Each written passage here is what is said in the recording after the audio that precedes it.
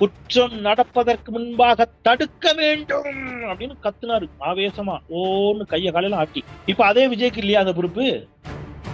நீங்க அன்னைக்கு கேட்டீங்களே, நீங்க ஏன் பாதிக்கப்பட்ட மக்களை நேரில் சென்று முதலமைச்சர் பார்க்கவில்லை? கோயம்புத்தூர்ல 10 வயது சிறுமி கொடூரமாக பாலியல் வன்கொடுமை செய்யப்பட்டு படுகொலை செய்யப்பட்டால் ஏன் சார் முதலமைச்சர் போகல? ஏன் போகல? கேட்க கூடாது. ஏன்னா இது விஜய் ஆட்சி. தனி மனிதனைத்தான் குற்றம் சாட்ட வேண்டும். எப்பொழுது அப்படின்னு கேட்டீங்கன்னா தாவேக ஆட்சியின் போது. அரசைத்தான் குற்றம் சாட்ட வேண்டும். எப்பொழுதுன்னா திமுக ஆட்சியின் போது. அவ்வளவுதான். வித்தியாசம் ரொம்ப சிம்பிள். டாஸ்மாக்ல 10 ரூபாய்க்கு பாட்டெல்லாம் பாடினாரு விஜய். இந்த பாடலை பாடுவோர் உங்கள் விஜய்ங்கிற மாதிரி பாடினாரு. பாட்டிலுக்கு 10 ரூபா, பாட்டிலுக்கு 10 ரூபா. இப்ப பாட்டிலுக்கு 20 ரூபாங்கிறாங்க. இப்ப இந்த 10 ரூபா அல்லது 20 ரூபான்னு சொல்றாங்கல்ல, இந்த 10 ரூபாய் 20 ரூபாய் யாருக்கு போகுது? அமைச்சருக்கா விஜய்க்கா? சார் கச்சத்தீவை பத்தி அப்படின்னு செய்தியாளர்கள் கேள்வி கேட்கறாங்க. No comments. நோ கமெண்ட் சொல்றதுக்கு எதுக்கு ஒரு அமைச்சர்? அதான் சொல்றேன்ல, இங்க விஜய்க்கு ஒரு பிரிவிலேஜ் இருக்கு. அவர் செய்தியாளரை பார்க்காவிட்டாலும் அதையும் அப்படித்தான் தலைவா, இவங்களெல்லாம் அப்படித்தான் ஹேண்டில் பண்ணும் தலைவா அப்படின்னு ஒரு குரூப் கலந்து. இந்தியாவில 2 பேர் மீடியா பாக்குறது இல்ல. ஒன்னு மோடி, இன்னொன்னு விஜய்.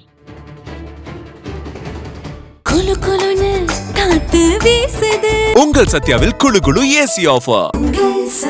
டயா பூஸ்டர் சுகரை கண்ட்ரோல் பண்ணும், உங்க ஆரோக்கியத்தை மீட்டு தரும். சர்க்கரையை கட்டுப்படுத்துறதுக்கான எளிமையான வழிமுறை, இயற்கையான வழிமுறை. அனைத்து மருந்து கடைகளிலும் கிடைக்கும். மதிப்புக்கும் நேயர்களுக்கு வணக்கம். நான் இசை. இன்று நேர்காணலில் நம்மோட பத்திரிகையாளர் செந்தில்வேல் அவர்கள் இணைந்திருக்கிறார். பேசலாம். வணக்கம் சார். தாவேக ஆட்சி அமைத்து 3 வார காலம் ஆகிறது. இந்த குறிப்பிட்ட காலகட்டத்துக்குள்ள அவங்களுடைய செயல்பாடுகள் எப்படி இருக்கு அப்படின்னு கேட்கறது கொஞ்சம் சீக்கிரமாவே இருந்தாலுமே அது கேட்க வேண்டிய சூழ்நிலை இன்னைக்கு உருவாகி இருக்கு. இந்த 3 வார காலம் தாவேகாவுடைய ஆட்சி எப்படி இருக்கு உங்களுடைய பார்வை? புதிதாக எந்த ஒரு அரசு அமைந்தாலும் அதை ஒரு 6 மாத காலத்திற்கு கடுமையான விமர்சனங்களுக்கு உட்படுத்தக்கூடாது அப்படிங்கிறது ஒரு மரபு. அது பெருந்தலைவர் ஐயா காமராஜர் அவர்கள் சொன்ன வார்த்தை. 1967 பெருஞ்சர் அண்ணா முதலமைச்சராக வந்த பொழுது இதுவரை ஆட்சி அதிகாரத்தில் இல்லாத ஒரு புதிய இயக்கம், ஒரு புதிய கட்சி வந்திருக்கிறது. ஒரு 6 மாத காலம் அவங்களுக்கு நம்ம அவகாசம் கொடுக்கணும் அப்படின்னு சொல்லியிருந்தார். அது ஏற்புடையதுதான். இப்போ திமுக, அதிமுக 20 கட்சிகளும் மாற்றி மாற்றி ஏற்கனவே ஆட்சியில் இருந்தவர்கள். அதனால அவங்களுக்கு நிர்வாகம் தெரியும். வந்த உடனே அவங்க நிர்வாக வேலைகளை எளிதாக ஆரம்பிக்க முடியும். தாவேகாவை பொறுத்தவரையில புதிதாக ஆட்சிக்கு வந்திருக்கிறார்கள். இன்னும் சொல்ல போனா பல அமைச்சர்கள், ஒரு சில அமைச்சர்களை தவிர பலர் முதல் முறையாக இப்பதான் அவங்க எம்எல்ஏ ஆயிருக்கிறாங்க, அமைச்சரா இருக்கிறாங்க. இதெல்லாம் பாராட்டத்தக்க அம்சங்கள் தான். அதெல்லாம் மாற்றுக்கிறது இல்லை. எனவே மிக கடுமையான விமர்சனங்களை அவர்கள் மீது உடனடியாக தொடுப்பது அப்படிங்கிறது எனக்கும் அது நோக்கம் அல்ல. ஆனா சில நியாயமான கேள்விகள் இருக்குது. இப்போ ஃபார் எக்ஸாம்பிள், இந்த 6 மாத காலகட்டத்திற்குள்ளேயே நீங்க ஆட்சிக்கு வந்த உடனேயே ஏன் நீங்க 2000 ரூபாய் கொடுக்கல அப்படின்னு கேட்டா அது முறை இல்லை. நீங்க 1 மாசம் ஆச்சு, ஏன் இன்னும் 6 சிலிண்டரை கொடுக்கல அப்படின்னு கேட்டா நிச்சயமாக அது ஏற்புடைய கருத்து இல்லைதான். அதுல எல்லாம் எனக்கும் உடன்பாடு இருக்குது. ஆனா சில நியாயமான கேள்விகளை வைக்கலாம். ஃபார் எக்ஸாம்பிள், நீங்கள் செயல்படுத்திய திட்டங்களின் மீது நின்று, இப்போ ஒரு உதாரணத்துக்கு விவசாய கடன் தள்ளுபடி. நீங்க சொன்னது என்ன அப்படின்னு கேட்டீங்கன்னா 5 ஏக்கருக்குள்ள இருக்கக்கூடிய விவசாயிகளுடைய அனைத்து கடன்களும் தள்ளுபடி நீங்க சொன்னீங்க. ஆனா இன்னைக்கு நீங்க செஞ்சிருக்கிறது என்ன பண்ணிருக்கீங்க? வெறும் 50,000 ரூபாய் வரையிலான கடனை முழுமையா தள்ளுபடி பண்ணிருக்கீங்க. அப்ப அதுல நீங்க கொடுத்த வாக்குறுதிக்கு முரணாக மக்களை, விவசாயிகளை நீங்கள் ஏமாற்றி இருக்கிறீர்கள். இதை எப்படி விமர்சிக்காம இருக்க முடியும்? இதையும் 6 மாசம் கழிச்சு விமர்சிக்கணுமா? அப்ப விவசாயிகள் இன்றைக்கு போராடுறாங்க. விவசாயிகளை நீங்க கைது பண்றீங்க. விவசாயிகள் சொல்றாங்க, எங்களை நாயை விட கேவலம். இந்த வார்த்தை என்னுடைய வார்த்தை இல்லைங்க, சாரி. நான் விவசாயிகளை என்ன வள்ளுவன் வாக்கின்படி வள்ளுவன் விவசாயிகளை தான் தெய்வமா சொல்றான்னு நான் சொல்றேன். ஏன்னா உழுதுண்டு வாழ்வாரே வாழ்வார் மற்றெல்லாம் தொழுதுண்டு பெண் செல்வோர்னு சொன்ன வள்ளுவன் தான் யாருடா தெய்வம்னு கேட்ட பொழுது வையத்துள் வாழ்வாங்கு வாழ்ந்தவன் வானுரையில் தெய்வத்துள் வைக்கப்படும். வையத்துள் யார் வாழ்வாங்கு வாழ்ந்தவன்னா உழுதுண்டு வாழ்வாரே வாழ்வார் அப்படின்னு சொல்லியிருக்கான். அப்படின்னா உழவர்களைத்தான் தெய்வமாக வள்ளுவன் சொல்லியிருக்கிறான் என்று சொல்லக்கூடியவன் தான். ஆனா அந்த உழவர்கள் தங்களை அவ்வளவு மோசமாக நடத்தினார்கள் காவல்துறையினர் என்று சொல்கிறார்கள். இதையும் 6 மாசம் கழிச்சு விமர்சிக்கணுமா? நீங்க 200 யூனிட் மின்சாரம் இலவசம் அப்படின்னு சொன்னீங்க. இப்ப என்ன சொல்றீங்க? 500 யூனிட் வரை பயன்படுத்துவர்களுக்கு 200 யூனிட் மின்சாரம் இலவசம். நீங்க அதுலயும் ஏமாற்றுகிறீர்கள். அப்ப நீங்க மக்களை தொடர்ந்து ஏமாற்றுகிறீர்கள் ஒரு புறம்.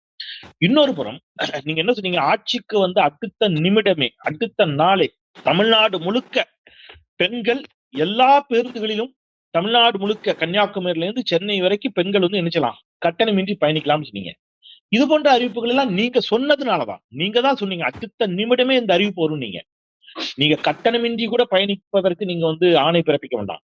டிக்கெட் எடுத்து போற பஸ்ஸே எந்த ஊர்லயும் இல்லை என்று மக்கள் போராட தொடங்கி இருக்கிறார்கள். மாட்டுத்தாவணியில பல மணி நேரமா பஸ் இல்லைன்னு போராடுறாங்க.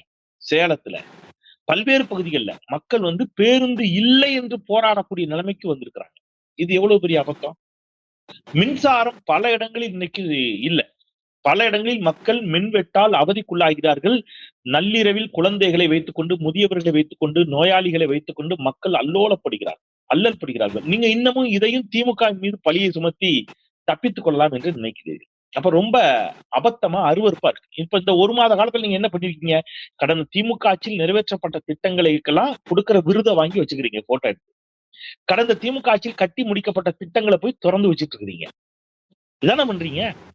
அப்ப இப்போ விஜய் சொன்னது ஞாபகத்துக்கு வருது இல்ல, யார் வீட்டு நெய் எடுத்து யார் வீட்டுக்கு ஸ்வீட் பண்றது?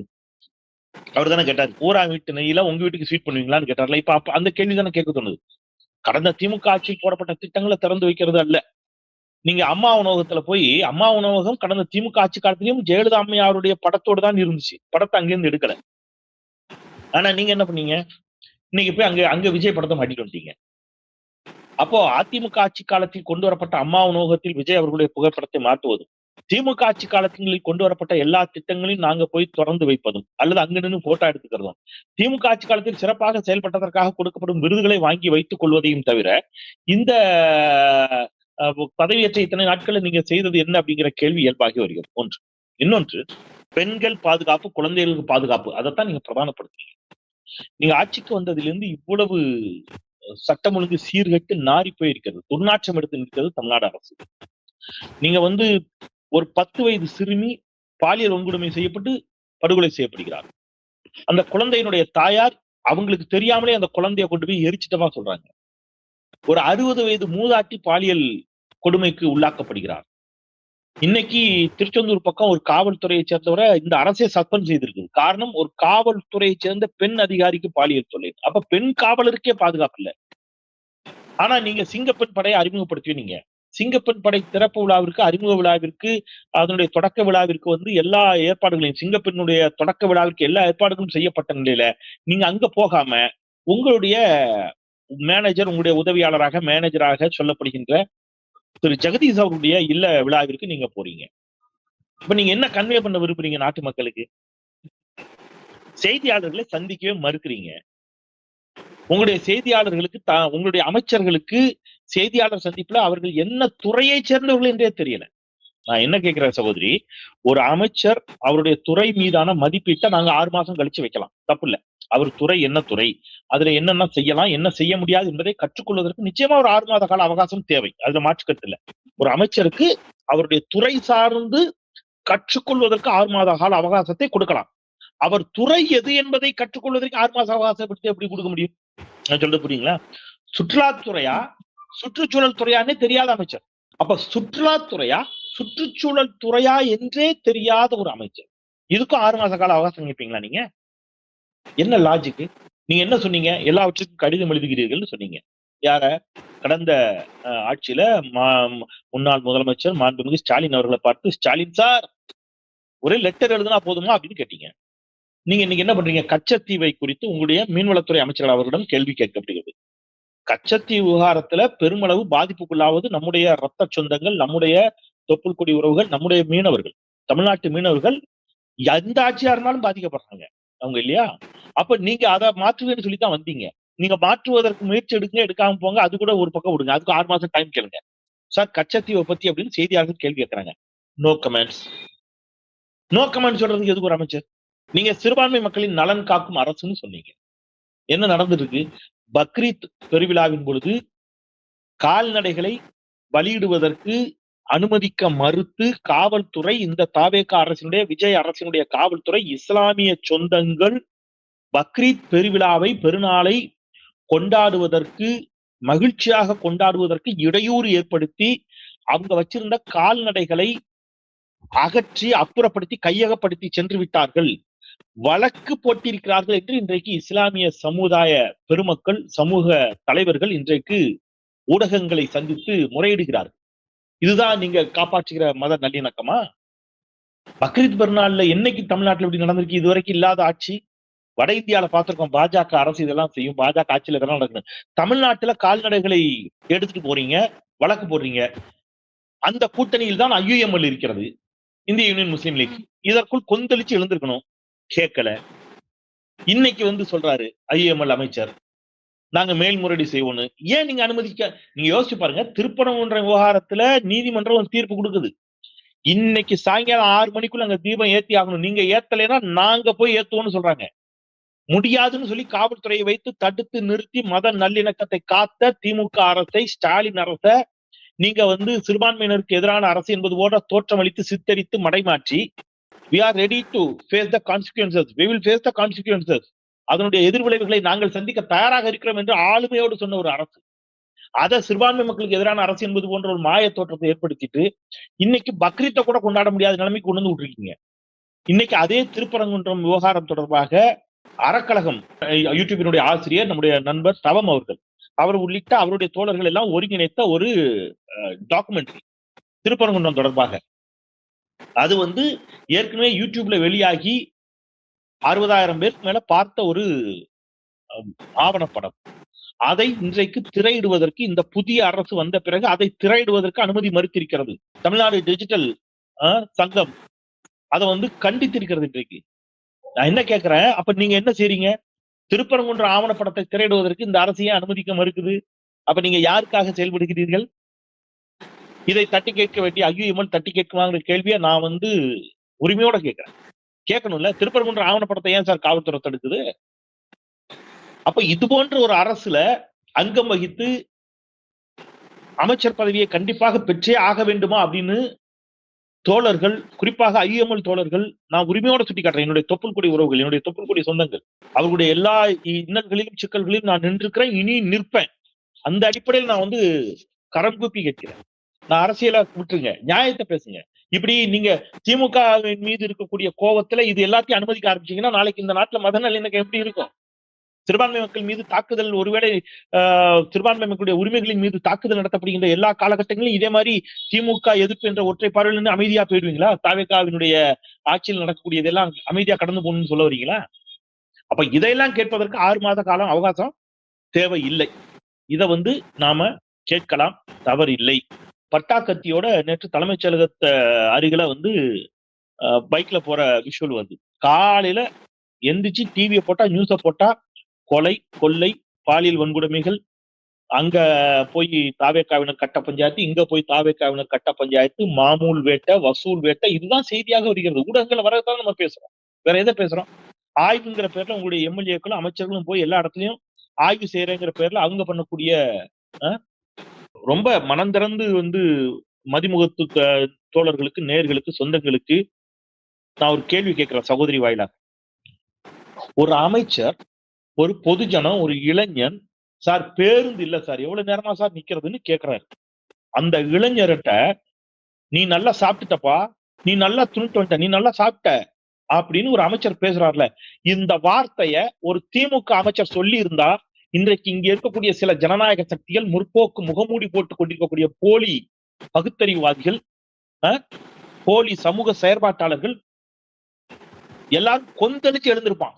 திமுகவின் பண்ணையாரத்தனம் பார்த்தீர்களா? ஐயோ, திமுக அமைச்சர் எப்படி கேட்டு விட்டார், நீ சாப்பிட்டுட்டு வந்துட்டேன்னு கேட்டுட்டாருன்னு கொந்தளிச்சிருப்பாங்க.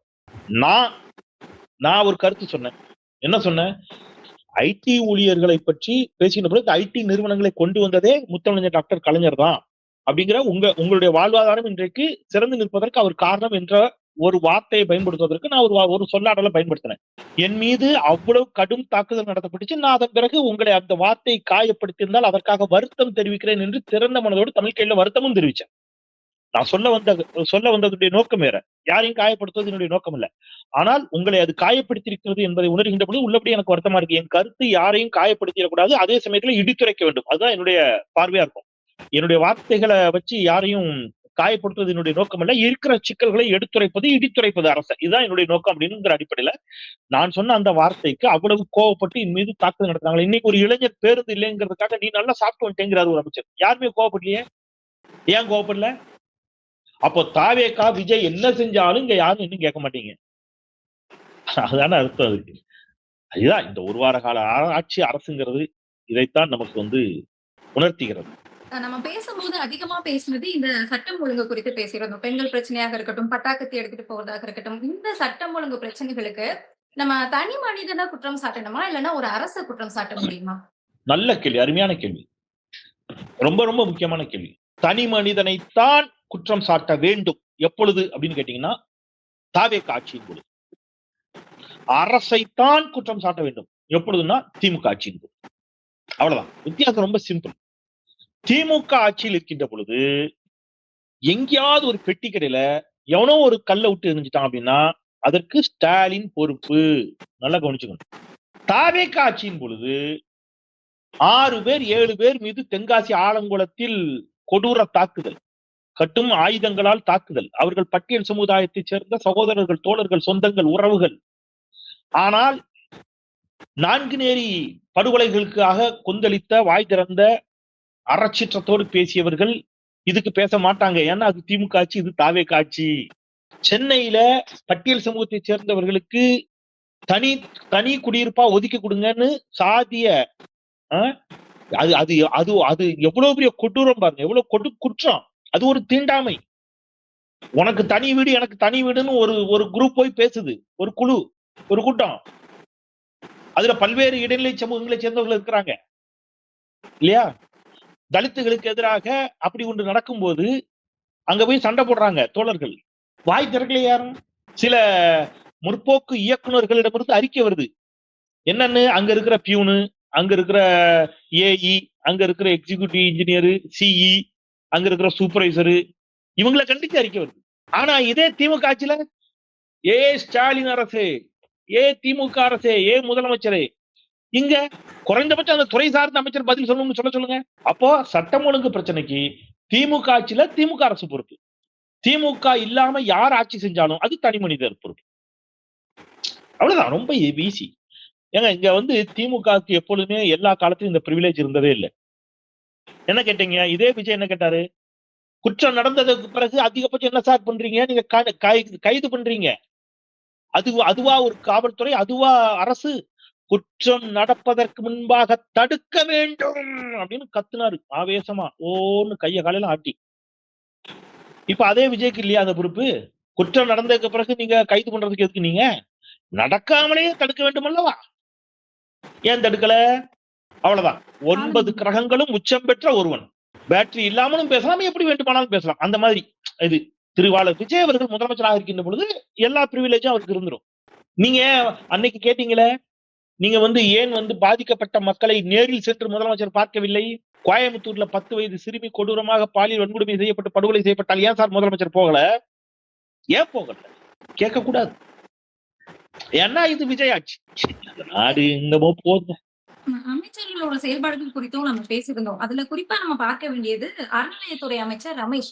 இவருடைய செயல்பாடுகளை பார்ப்பதற்கு முன்னாடியே இவர் குறித்து நிறைய குற்றச்சாட்டுகள் எல்லாமே முன்வைக்கப்பட்டது. ஆனா இப்போ லஞ்சம் வாங்கின ஒரு கடைநிலை ஊழியருக்கு பணியிடை நீக்கம் செஞ்சிருக்காரு. அதே கோவில்ல அவரை விடையும் அதிகமா லஞ்சம் வாங்கின ஒரு அர்ச்சகருக்கு மன்னிப்பு கடிதம் கொடுத்திருக்காரு. இந்த ஒரு நடவடிக்கை, இந்த ஒரு தண்டனை அப்படின்னே சொல்லலாம். அதை எப்படி பாக்குறீங்க சார்? நான் முதல்ல இதுல ஒரு விஷயத்த கிளாரிட்டி, ஒரு தெளிவை ஏற்படுத்தி நான் உள்ள வரேன். திரு ரமேஷ் அவர்கள் ஒரு இளைஞர், புதியவர் அரசியலுக்கு.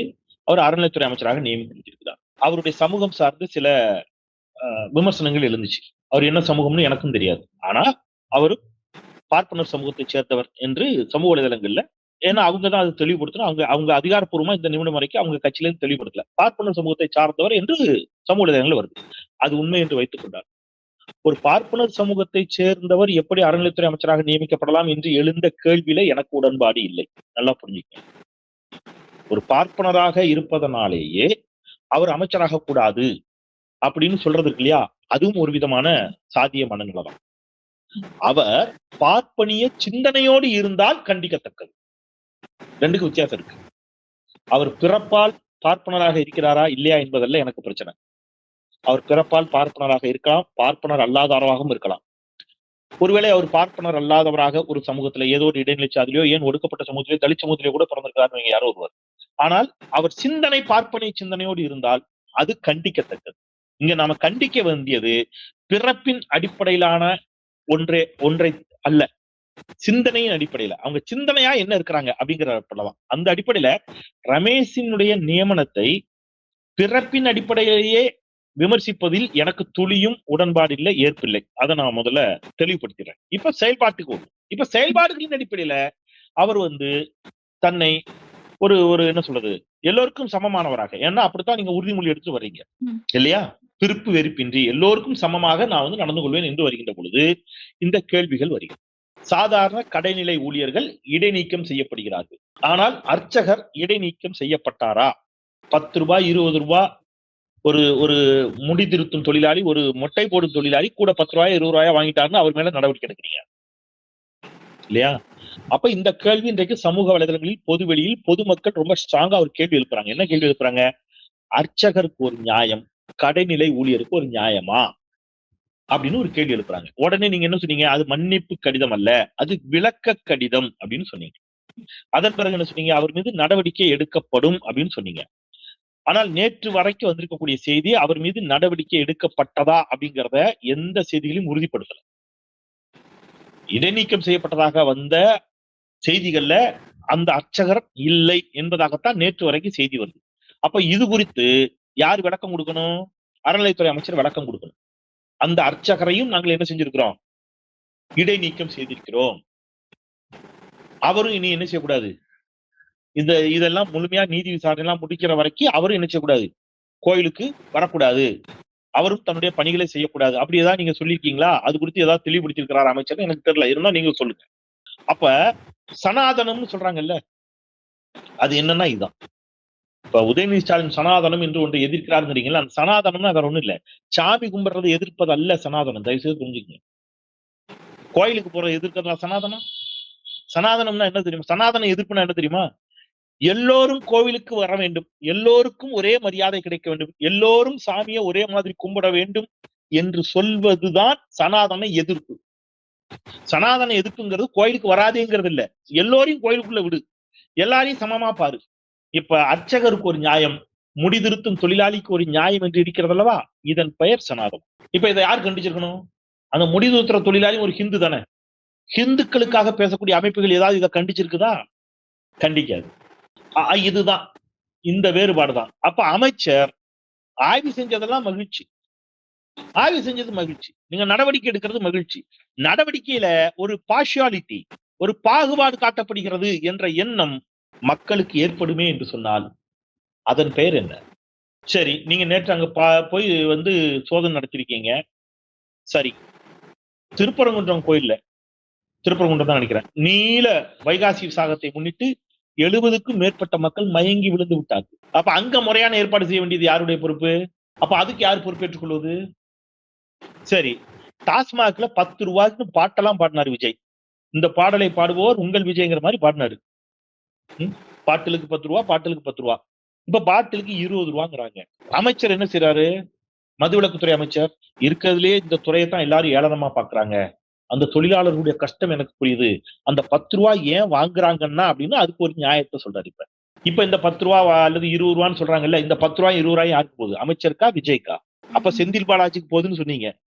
இப்ப பாட்டிலுக்கு 10 ரூபா, விஜய் ஆட்சியில பாட்டிலுக்கு 10 ரூபா இல்ல 20 ரூபா கூட வாங்கலாம். சமூக வலைதளங்கள்ல வருது, எல்லாத்தையும் எடுத்து போடுறாங்கல்ல. நான் ஊடகங்கள்லயும் சமூக வலைதளங்களையும் வர செய்தியை தானே சொல்றேன், நான் புதுசாவா சொல்றேன்? பாட்டிலுக்கு 20 ரூபான்னு செய்தி வருதா இல்லையா? இந்த 20 ரூபாய் இப்ப யாருக்கு போகுது? ஏன் யாரும் கேட்கல? ஒரு விளக்கம் கொடுத்திருக்காரு, அங்க இருக்கக்கூடிய மேனேஜ்மெண்ட்காகவும் கரண்ட் பில் கட்டுறதுக்கும் அதை நாங்க பயன்படுத்துறோம் அப்படின்னு. அவ்வளவுதான். இத இப்படி ஒரு விளக்கத்தை திமுக ஆட்சியில செந்தில் பாலாஜி சொல்லியிருந்தானா என்ன ஆயிருக்குன்னு சொல்லுங்க. எனக்கு இப்பவும் சொல்றேன் சகோதரி, எனக்கு தாவேக அரசின் மீதோ, எனக்கு இந்த அமைச்சர்களின் செயல்பாடுகளின் மீதோ இருக்கக்கூடிய சீற்றத்தை விட, கோபத்தை விட, எழும் கேள்விகளை விட, இதற்கு கள்ள மௌனம் சாதிக்கிறார்கள் பாருங்க சிலர். யார் அந்த சிலர் அப்படின்னு கேட்டீங்கன்னா, கடந்த திமுக ஆட்சியில இதற்கு எதிராக கொந்தளிச்சு அடேங்கப்பா சிலர்லாம் பேசின பேச்சு, அவங்க சமூக வலைதள பதிவெல்லாம் போய் பாத்தீங்கன்னா காலையில எந்திக்கும் போதே ஸ்டாலின் அரசேட்டு தான் எந்திப்பாங்க. அப்படி எந்திச்சவங்க எல்லாம் இன்னைக்கு எங்க போய் படுத்து தூங்குறாங்கன்னு எனக்கு தெரியல. ஆனா அவர்கள் எல்லாம் நடுநிலை வியாதிகள் அப்படின்னு நம்ம நம்பணும். பகுத்தறிவு வியாதிகள் அப்படித்தான் அவங்களை தங்களை காட்டினாங்க. அவங்க பகுத்தறிவு வாதிகள்னா எல்லாத்தையும் கேட்கறது தானே. திமுக ஆட்சியில நடக்கணும் மட்டும் கேட்டுட்டு தாவே காட்சியில் நடக்கிறத கேட்கலன்னா அது எப்படி பகுத்தறிவு வாதி, பகுத்தறிவு வியாதியா தானே இருக்க முடியும்? நடுநிலைவாதி அப்படி இருப்பாங்க, நடுநிலை வியாதியா தான் இருப்பாங்க. ஏங்க பட்டியல் சமூகத்தினர் மீது தாக்குதல் நடத்தப்படுகிறது. முதலமைச்சரை நோக்கி கேள்வியே கேட்காத சிலர் இங்க இருக்காங்களே, இன்னும் ஏட்டையாவையும் ரைட்டரையும் கேள்வி கேட்டுட்டு இருக்காங்க. யார் நீங்க?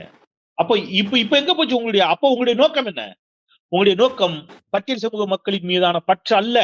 உங்களுடைய நோக்கம் பதவி வெறி, திமுகவின் எதிர்ப்பு. திமுக எதிர்ப்பு, அது மட்டும் தான் உங்களுடைய நோக்கம். எப்படியாவது திமுகவை இது பண்ணணும். அதை விட வேற என்ன இருக்கும்? கேட்கணும்ல. இப்ப ஏன் கேட்கல? இது என்ன சொல்றது, இது இப்படித்தான் இருக்கும், இப்படித்தான் போகும், இது இதை நோக்கித்தான் நகரும், இப்படித்தான் இருக்கும். திமுக எதிர்ப்பு என்பது இங்கே காலங்காலமாக கட்டப்பட்ட ஒன்று. பெரியார் எதிர்ப்பை RSS, நல்லா கொஞ்சங்க, பெரியார் எதிர்ப்பை RSS பார்ப்பனர்களை வைத்து பேசினால் பலன் இல்லை என்பதை தெரிந்து கொண்டு விளிம்பு நிலையில் இருக்கக்கூடிய சமூகத்தின் என்ன சொல்றது, சமூகத்தினுடைய இந்த ஏற்றத்தாழ்வு மிகுந்த இந்த அடுக்குகளில் பார்ப்பனர்கள் இதை பேசினால் மக்கள் ஏற்றுக்கொள்ள மாட்டார்கள் என்பதை புரிந்து கொண்டு விளிம்பு நிலை மக்களை அந்த மக்களுக்காக பேசுவதாக, நல்லா புரிஞ்சுங்க, அந்த விளிம்பு நிலை மக்களுக்காக பேசுவதாக இங்கே அந்த மக்கள் யாரையெல்லாம் நம்புகிறார்களோ அதில் ஒரு சிலரை, நான் எல்லாரையும் சொல்ல, அதில் ஒரு சிலரை வைத்தே பெரியாருக்கு எதிராக, திராவிடத்திற்கு எதிராக, திராவிடம் என்ற அந்த கோட்பாட்டிற்கு, கொள்கைக்கு, சித்தாந்தத்திற்கு எதிராக பேச வைத்து அதன் மூலம் பெரியாரை வீழ்த்தி அதன் மூலம் பார்ப்பனியத்தையும் RSSையும் இந்த மண்ணில் நிறுவுவதற்கான ஒரு மாபெரும் சதி தொடங்கி அது நடந்து கொண்டிருக்கிறது. அதன் ஒரு பகுதிதான் இன்றைக்கு இந்த தாவேகா ஆட்சி இங்கே கொண்டு வரப்பட்டது. அது வந்த இந்த ஒரு வாரத்திலே சில நம்ம கண்ணு முன்னாடி பார்த்துட்டோம். திருப்பரங்குன்றம் ஆவணப்படம் திரையிடுவதற்கு மறுப்பு, பக்ரீத் கொண்டாட்டத்தின் போது கால்நடைகளை அபகரித்து சென்றது மட்டுமல்லாமல் வழக்கு போடுவது, இதெல்லாம் நம்ம பார்த்துட்டோம். இன்னும் அடுத்தடுத்தது நம்ம பார்ப்போம். அது அப்போவாது அவங்க பேசுறாங்களான்னு நம்ம பார்ப்போம். நம்ம பேசும்போது திமுக எதிர்ப்பு அப்படின்னு சொல்றோம். இந்த எதிர்ப்பு வர்றதுக்கு ஏதாவது ஒரு காரணம் இருக்கணும் இல்லையா? காரணமே இல்லாம இப்படி ஒரு எதிர்ப்பு உருவாகி இருக்கும்னு நினைக்கிறீங்களா? இல்லங்க, நிர்வாக ரீதியிலான சிக்கல்கள் எல்லா ஆட்சி காலத்திலும் இருக்கு. நீங்க சொல்ற லஞ்ச குற்றச்சாட்டு, லஞ்சம், ஊழல், அமைச்சர்களினுடைய ஆணவ போக்கு, இது திமுக, அதிமுக, இன்னைக்கு தாவேகா, எல்லா கட்சிகளின் சேர்ந்தவர்கள் மீது இந்த குற்றச்சாட்டு இருக்கும். அந்த குற்றச்சாட்டுகள்ல பல உண்மையாகவும் இருக்கும். நான் இன்க்ளூடிங் DMK, ADMK எல்லாரும் சேர்த்து சொல்றேன், யாரையும் விட்டுட்டுலாம் சொல்லல. எல்லா ஆட்சியிலும் இருக்குது. ஆனா அதை தாண்டி திமுகவின் மீதான இவர்கள் கட்டி எழுப்புகின்ற வன்மத்திற்கு வேறு ஒரு ரீசன் இருக்கு. அது என்னன்னு கேட்டீங்கன்னா, திமுக தான் இந்த மண்ணில் முதல் முறையாக ஒவ்வொரு கட்சியும் ஒவ்வொரு அடிப்படை சித்தாந்தத்தை கொண்டது. இடதுசாரி கட்சிகளினுடைய அடிப்படை சித்தாந்தம் என்பது முதலாளித்துவ எதிர்ப்பு, தொழிலாளிகளுக்கானது, முதலாளித்துவ வர்க்க எதிர்ப்பு, வர்க்க வேறுபாடுகளை களைய வேண்டும். அப்ப அவர்களுடைய எதிர்ப்பு என்பது முதலாளித்துவ எதிர்ப்பு தான் கம்யூனிஸ்டத்தினுடைய அடிநாதம். ஏகாதிபத்திய பிரிட்டிஷ் எதிர்ப்பு என்பதிலிருந்து தொடங்கியதான் காங்கிரஸ் பேரியக்கம். தமிழ் தேசியம் அப்படிங்கறத ஒரு கான்செப்ட், அவங்களுக்கு ஒரு சித்தாந்தம் இருக்கு. ஆனால் இந்த மண்ணில் ஆரியம், பார்ப்பனியம் என்பதற்கு எதிராக தோன்றிய ஒரே இயக்கம், முதல் இயக்கம் திராவிட இயக்கம். திராவிடம் என்பது ஆரியத்திற்கு எதிராக, முதலாளித்துவத்திற்கு எதிரானது கம்யூனிசம். பிரிட்டிஷ் ஏகாதிபத்தியத்திற்கு எதிராக உருவானது காங்கிரஸ். அப்ப திராவிடம் அதற்கு எதிர் எது? ஆரியம், பார்ப்பனியம். அதுதான் இந்த எல்லா பிரச்சனையும் காரணம். ஓ, எங்களை எதிர்க்கிறீங்களா? நீங்க நாங்க தான் பிரதான எதிரியா உங்களுக்கு? பாத்திரலாம் நீங்க எப்படி வந்துடுறீங்கன்னு பார்ப்போம். உங்கள் மீது நாங்கள் கட்டவிழ்த்து விடுகின்ற கட்டுக்கதைகள், உங்களுக்கு எதிராக நாங்கள் கட்டமைக்கின்ற ஒப்பீனியன் மேக்கிங், கருத்துருவாக்கம், அதை தாண்டி நீ நின்றுவியா? பாத்துருவோமா? அதுதான் இவ்வளவுக்கும் காரணம். ஏன்னா பார்ப்பனர் அல்லாத முதல் அமைச்சரவை 1967 பேரறிஞர் அண்ணா உருவாக்கியது. புரியுதா? அது அங்கிருந்து ஆரம்பிச்சது அந்த சண்டை. நான் பல இடங்கள்ல சொல்லியிருக்கேன். மறைந்த இயக்குனர் விசு அவர்கள் ஒரு படத்துல சொல்லுவாரு, சம்சார மின்சாரத்துல, கண்ணா நான் 1967க்கு அப்புறம் பேண்ட் போடுறதே விட்டுட்டேன் அப்படின்பாரு. ஏன் 1967? இங்கே ஒவ்வொன்றிற்கு பின்னாலும் ஒரு அரசியல் இருக்கிறது. அப்போ பார்ப்பனர் அல்லாத ஒரு அமைச்சரவை வருகிறது, பார்ப்பனர் அல்லாத ஒரு அரசு. பார்ப்பனிய எதிர்ப்பு தான் அந்த அரசினுடைய பிரதானம். சமஸ்கிருத எதிர்ப்பு, திணிப்பை எதிர்ப்பு. சமஸ்கிருத எதிர்ப்புனா சமஸ்கிருதத்தை போய் நம்ம வேணும்னு சண்டை போடுறதில்லை. எல்லா மொழியிலும் இருக்கக்கூடிய செழுமைகளை எடுத்துக்கொள்ளலாம், தப்பே இல்லை. திணிப்பு, சமஸ்கிருத திணிப்பிற்கு எதிர்ப்பு, ஹிந்தி திணிப்பிற்கு எதிர்ப்பு, பார்ப்பனிய திணிப்பிற்கு எதிர்ப்பு. அப்போ இதை யார் செய்வா? திமுக ஸ்ட்ராங்கா செய்யும். திமுகவுடைய அடிநாதமே இது. தமிழை நீஷபாசை என்று சொல்லுவார்கள் அவர்கள். தமிழுக்கு செம்மொழி அங்கீகாரத்தை பெற்று தந்தவர் கலைஞர். அப்ப இதை நேரடியா சொல்ல முடியாது. இந்த பாரு, திமுக சமஸ்கிருதத்தை கடுமையா இருக்குது, பார்ப்பனியத்தை கடுமையா இருக்குது, நீங்க எல்லாம் எங்க கூட வாங்கன்னு அவங்க கூப்பிட்டாங்கன்னா யார் போய் சண்டைப்பட மாட்டோம். அப்ப எப்படி திருப்புறது? பாரு திமுக ஹிந்து விரோதி அப்படின்னு சொல்லணும். பாரு திமுக எவ்வளவு பெரிய ஊழல் செஞ்சுட்டாங்க தெரியுமா அப்படின்னு சொல்லணும். பாத்தியா திமுகனாலே இப்படித்தான் அப்படின்னு கட்டவிழ்த்து விடணும். அத மக்கள் நம்ப மாட்டாங்க. அப்ப திமுக யாருக்காக இதையெல்லாம் செய்கிறதோ அவர்களிலிருந்து சிலரை கையில் எடுத்து அந்த மக்களுக்கே திமுக எதிரானது என்று நம்ப வைக்க வேண்டும். அப்படி அப்ப எடுத்தா யார் சிறுபான்மையினரும் தாழ்த்தப்பட்ட எல்லாம் அப்படித்தானே மக்கள்னு சொல்ல வந்துச்சு. வரீங்க. இப்போ ம். இந்தியாவில் முதல் முறையாக புரட்சியாளர் பாபா சாஹேப் அம்பேத்கர் அவர்கள் கண்ட கனவு என்ன? பெண்களுக்கும் சொத்துரிமை. விட்டாங்களா? என்ன கடும் எதிர்ப்பு அன்னைக்கு கொடுத்தது யாரு? அன்னைக்கு பாபா சாஹேப் அம்பேத்கர் தன் பதவியை ராஜினாமா செய்யும் நிலைக்கு தள்ளப்பட்டார். அம்பேத்கர் போன்ற மாமேதைகள், அறிவு ஜீவிகள் என்ன சொன்னாங்க? என்னைக்காவது ஒரு நாள் இது இந்தியாவில் நடக்கும்னு சொன்னாரு பாபா சாஹேப் அம்பேத்கர். அதை இந்தியாவில் முதலில் நடைமுறைப்படுத்தியது திராவிட முன்னேற்ற கழகம், முத்தமிழ் டாக்டர் கலைஞர். பெண்களுக்கு சொத்துரிமை. இன்னைக்கு அது சாதாரணமா தெரியும். அன்னைக்கு அந்த பெண்களுக்கு எதிரானது திமுக என்று பெண்களை நம்ப வைக்கணும். பெண்களை முதல் முறையாக காவல்துறையில் சேர்த்த இயக்கம் யாரு? திமுக. ஏன் அது வரைக்கும் பெண்கள் காவல்துறையில சேர முடியாது. அதை நீங்க நம்ப வைக்கணும். அப்ப ஊரும் சேரியுமாக இருந்த ஊர்ல ஏன் எல்லாரும் ஒன்னா வாழ முடியாதா என்று சமத்துவபுரம் என்ற ஒரு திட்டத்தை, ஒரு முயற்சியை எடுத்து பார்த்தவர் கலைஞர். அந்த கலைஞரை திட்டணும். பாப்பாப்பட்டியிலும் கீரிப்பட்டியிலும் தேர்தல் நடத்த முடியாத சூழலில் அஇஅதிமுக அல்லாடி தேர்தலே நடத்த முடியாம இருந்த காலகட்டத்துல பாப்பாப்பட்டியிலும் கீரிப்பட்டியிலும் சுழற்சி முறையில் அது பொது தொகுதியாக மாறுவதற்கான சூழல் இருந்த போதும் அதை பொது தொகுதியாக மாற்றாமல் மீண்டும் தனி தொகுதியாக அதை நீட்டிக்க செய்து அங்கே தேர்தலை நடத்தி பட்டியல் சமூகத்தைச் சேர்ந்தவர்களை அங்கே தலைவர்களாக்கி அவர்களுக்கு ஆயுதம் தாங்கிய போலீஸ் பாதுகாப்பை கொடுத்து அவர்கள் தான் அந்த நாற்காலியில உட்காருவாங்க, என்ன வேணாலும் பண்ணுங்கடா பாக்கலாம்னு சொன்ன இயக்கம் திமுக. அந்த திமுகவை நீங்க பட்டியல் சமூகத்திற்கு எதிரானதாக காட்டணும். மராத்வாடா பல்கலைக்கழகத்துக்கு அம்பேத்கர் பெயரை வைக்க வேண்டும் என்று அங்கே மகாராஷ்டிராவில் முடிவு செய்யப்பட்ட போது அதற்கு எதிராக கடும் போராட்டங்கள் வெடித்து மகாராஷ்டிரா பெரும் கலவர காடாக மாறி நூற்றுக்கணக்கான மக்கள் கொன்று குவிக்கப்பட்ட போது அம்பேத்கர் பெயரை வைப்பதற்கு நீங்கள் எதிர்ப்பு தெரிவிக்கிறீர்களா? வட இந்தியாவில் நீங்கள் எதிர்ப்பு தெரிவித்தால் என்ன, தென்னிந்தியாவில் நான் வைக்கிறேன் என்று சொல்லி 1989 முதலமைச்சராக பதவியேற்றவுடன் சென்னை சட்டக்கல்லூரிக்கு புரட்சியாளர் டாக்டர் பாபா சாஹேப் அம்பேத்கர் பெயரை வைத்து பெருமை சேர்த்து அழகு பார்த்து மகிழ்ந்தவர் முத்தமிழர் டாக்டர் கலைஞர். ஆசியாவிலேயே முதல் முறையாக ஒரு சட்டத்திற்கு என்று ஒரு தனி பல்கலைக்கழகத்தை உருவாக்கி அந்த சட்ட பல்கலைக்கழகத்திற்கு புரட்சியாளர் டாக்டர் பாபா சாஹேப் அம்பேத்கர் பெயரை வைத்து பெருமை சேர்த்து அழகு பார்த்து அகமகிழ்ந்தவர் முத்தமிழ் டாக்டர் கலைஞர் திமுக. அந்த திமுகவை நீங்க என்ன செய்யணும்? புரியுதா உங்களுக்கு? அம்பேத்கர் பெயர்ல ஒரு அயலக கல்வி உதவித்தொகை திட்டத்தை கொண்டு வந்து அம்பேத்கர் அயலக கல்வி உதவித்தொகை திட்டத்தின் மூலம் 400க்கும் மேற்பட்ட மாணவர்கள், பட்டியல் சமூக மாணவர்கள் இன்றைக்கு உலகின் பன்னாடுகளில் இருக்கக்கூடிய மிகப்பெரிய பல்கலைக்கழகங்களில் உயர்கல்வி பயின்று வருகிறார். அந்த திமுக நீங்க பட்டியல் சமூகத்துக்கு என்ன செஞ்சீங்கன்னு கேட்கணும். அப்ப பெண்களை திமுக எதிராக திருப்புறது, பட்டியல் சமூகத்தை திமுக எதிராக திருப்புறது, சிறுபான்மை மக்கள் சிஏஏ சட்டம் கொண்டு வரப்பட்ட போது தமிழ்நாட்டில் அனுமதிக்க மாட்டோம் உடனடியாக இங்கே அவர் டிராப்ட் தயாரித்த போது தமிழ்நாடு சட்டப்பேரவையில் தீர்மானம் போட்டவர் ஸ்டாலின். இஸ்லாமியர்களுக்கான உள்ளிட ஒதுக்கீட்டின் மூலம் இஸ்லாமிய சமூகத்திலிருந்து எண்ணற்ற மருத்துவர்கள், பொறியாளர்கள் உருவாவதற்கு காரணமாக ஒரு உள் இடஒதுக்கீட்டை கொண்டு வந்தது திமுக. அதே மாதிரி 16 விழுக்காடாக இருந்த பட்டியல் சமூகத்திற்கான இடஒதுக்கீட்டை 18 விழுக்காடாக உயர்த்தியது திமுக. அருந்ததிகளுக்கான உள்ளிட ஒதுக்கீட்டை தந்தது திமுக. அப்ப இப்படி விளிம்பு நிலை மக்களுக்காகவே சிந்தித்த இயக்கம். இன்னும் ஒருபடி மேல போய் சொன்னா 2021 திமுக தன்னுடைய தேர்தல் அறிக்கையில் ஒன்றை சொல்லுகிறது. சாதி மறுப்பு திருமணம் செய்பவர்களுக்கு அரசு வேலைகளில் முன்னுரிமை என்று சொன்னாங்க. தேர்தல் அறிக்கையிலே சொன்னாங்க. இதுவே பல இடங்களில் திமுகவிற்கு சிக்கலை, நெருடலை தந்தது, பெரும் சிக்கலை கொடுத்துச்சு. பல இடங்களில் திமுகவுக்கு எதிரான பரப்புரைக்காக 2021 தேர்தல் அஇஅதிமுக பாஜக கூட்டணி இதே பயன்படுத்தினாங்க. அந்த திமுகவை நீங்க ஆனா இந்த எந்த வாக்குறுதியுமே கொடுக்க வேண்டிய தேவையில்லை. இதை பத்தி எதையுமே கவலைப்பட வேண்டிய தேவையில்லை. 2 சினிமா டயலாக்க பேசுற மாதிரி பேசினா விஜய ஆதரிக்கிறதுக்கு இங்க சிலர் தயாராக இருக்கு. நான் எல்லாரையும் போற சொல்ல, சிலர் ரொம்ப கவனமா வார்த்தை சிலர் தயார் என்று சொன்னால் அவருடைய நோக்கம் என்ன? அப்ப இந்த ஒப்பீனியன் மேக்கிங் எங்க இருந்து உருவாகுதுன்னு கேட்டீங்கன்னா இன்னைக்கு நேரத்தில் இல்ல, அது ஆண்டாண்டு காலமாக திமுகவிற்கு எதிராக கட்டமைக்கப்பட்ட ஒரு பிம்பம். அதற்கு காரணம் திமுக இதெல்லாம் செய்யும், உளப்பூர்வமா செஞ்சு இதெல்லாம் உடைக்கிறதுக்கு முயற்சி செய்யும். சாதி மறுப்பு திருமணம் செய்தவர்களுக்கு அரசு வேலையில் முன்னுரிமை திமுக சொல்லும், ஆரியம் பதறும். இந்த கட்டமைப்பை உடைப்பதற்கு திமுக என்ன செய்துப்பா, நாம தனித்தனியா பிரிச்சு வச்சிருக்கிறோம், எல்லாரையும் ஒன்னா சேர்த்து சமத்துவங்கிறார் கலைஞர், விடாத. ஆனா இது தெரியாமலேயே, அது தெரிந்தோ தெரியாமலோ, சரி ஓகே நான் என்ன சொல்றதுன்னு தெரியல, இது நீங்க ஏன் நடக்குதுன்னு கேட்டதுனால இதை சொல்றேன்.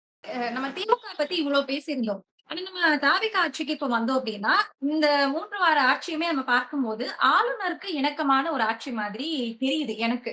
ஏன்னா அது நம்ம வந்தே மாதரத்துக்கு முதலிடம் கொடுப்பதாக இருக்கட்டும், இல்லைன்னா திருவள்ளுவருக்கு காவி சாயம், திருவள்ளுவர் தினம் நம்ம ஜனவரி மாதம் அங்கீகரிக்கப்பட்டு நம்ம கொண்டாடிட்டு இருக்கோம். இப்போ வைகாசி ஆனோம்னா அது கொண்டாட வேண்டிய அவசியம் என்ன?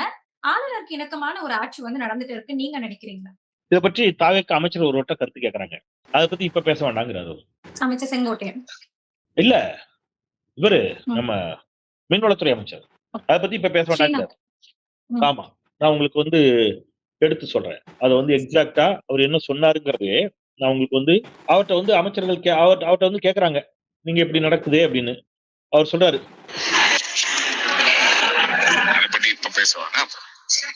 அதை பத்தி இப்ப பேச வேண்டாம், அப்புறமா பேசுவோம். இப்படி ஒரு பதில திமுக அமைச்சர் சொல்லியிருந்தாருன்னா பாஜகவிற்கு மெல்ல கரைக்கிறது அப்படின்னு கிளப்பியிருப்பாங்க. பாஜகவை நோக்கி நகர்கிறது, பாஜகவின் பிடியில் திமுக அப்படிலாம் கிளப்பியிருப்பாங்க.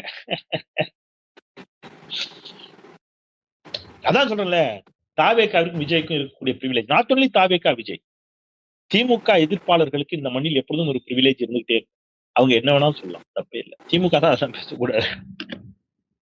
சார், கடைசியா ஒரே ஒரு கேள்வி. செய்தியாளர்களை சந்திக்கல அப்படிங்கிற ஒரு குற்றச்சாட்டு நம்ம வச்சுட்டு இருக்கோம். இந்த செய்தியாளர்களை சந்திக்காம மௌனம் காக்குறதுக்கு காரணம் வந்து அச்சம் அப்படின்னு எடுத்துக்கலாமா? இல்லைன்னா ஒரு அலட்சிய போக்கா பார்க்கலாமா? அதுக்கும் அவர் தான் பதில் சொல்லணும். நீங்க வந்து ஆட்சிக்கு வர்றதுக்கு முன்பாக இந்த கேள்வி எல்லாம் வைக்கப்பட்ட போது முதலமைச்சர் ஒரே ஒரு பிரஸ் மீட் கொடுக்க சொல்லுங்க, எங்க தலைவர் கொடுப்பாருலாம் சொன்னாங்க. அன்னைக்கு இருந்த முதலமைச்சர் அவர் அடிக்கடி பிரஸை பார்த்துட்டு தான் இருக்கிறாரு, இப்ப கூட பாக்குறாரு. எல்லாவற்றுக்குமே நான் மக்கள்கிட்டே விடுறேன், மக்கள் எல்லாத்தையும் பார்த்துட்டு இருக்கிறாங்க. மக்கள் கேள்வி கேட்டு இருக்கலாம். நான் எந்த விருப்ப வெறுப்புகளையும் போகல. நான் நடக்கிற நிகழ்வுகளை வைத்து என்னுடைய மனதில் எழக்கூடிய கேள்விகளை வெறுப்பின்றி, யார் மீதும் எந்த வெறுப்புமின்றி, யார் மீதும் எந்த கோபமும் இன்றி சமூகத்தில் நடக்கிறத முன் வச்சு கேட்கிறேன். என் கேள்விக்குரிய நியாயத்தை மக்கள் புரிந்து கொள்ள வேண்டும் என்று கேட்கிறேன். மக்கள் பாக்குறாங்க, மக்கள் பதில் சொல்லட்டும். ஏன் ஒரு முதலமைச்சர் செய்தியாளர்களை சந்திக்கிறது இல்ல? மக்கள் சொல்லட்டும், மக்கள் கேட்கட்டும், அந்த கேள்வியை கேட்கட்டும். அதே ஹீரோயிசமா பாத்திரக்கூடாது மக்கள். மக்கள் வந்து இங்க என்னன்னா, அதான் சொல்றேன்ல, இங்க விஜய்க்கு ஒரு பிரிவிலேஜ் இருக்கு. அவர் செய்தியாளரை பார்க்காவிட்டாலும் அதையும் அப்படித்தான் தலைவா, இவங்களெல்லாம் அப்படித்தான் ஹேண்டில் பண்ணும் தலைவா அப்படின்னு ஒரு குரூப் கிளம்பும். செய்தியாளர்களோடு மிக இணக்கமாகவும் நெருக்கமாகவும் இருந்த இயக்கம்ங்கிறது திமுக.